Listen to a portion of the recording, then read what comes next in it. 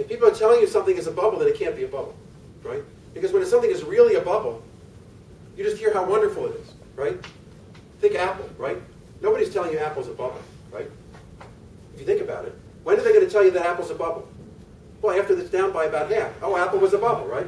When did the real estate bubble become a bubble? It wasn't while the prices were at the top. It was after the prices had already come down, right?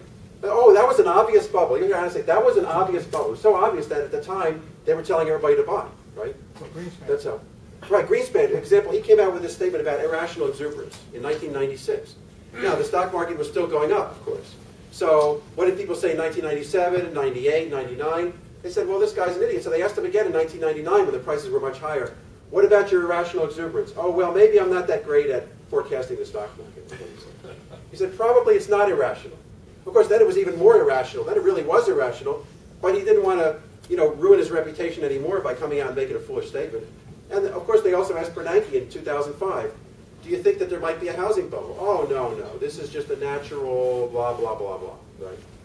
Okay. So something is only a bubble after it collapses. So after Apple goes down to $400, everybody will say it was an obvious bubble that anyone could have foreseen.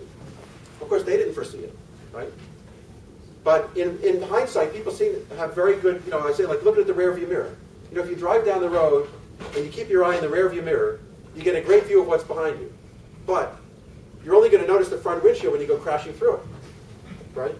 And that's how most people invest. They're looking at the rearview mirror, and they're not seeing what's right in front of them, and so eventually they crash, and then they finally realize that they should have been looking ahead. So I think this is an important point.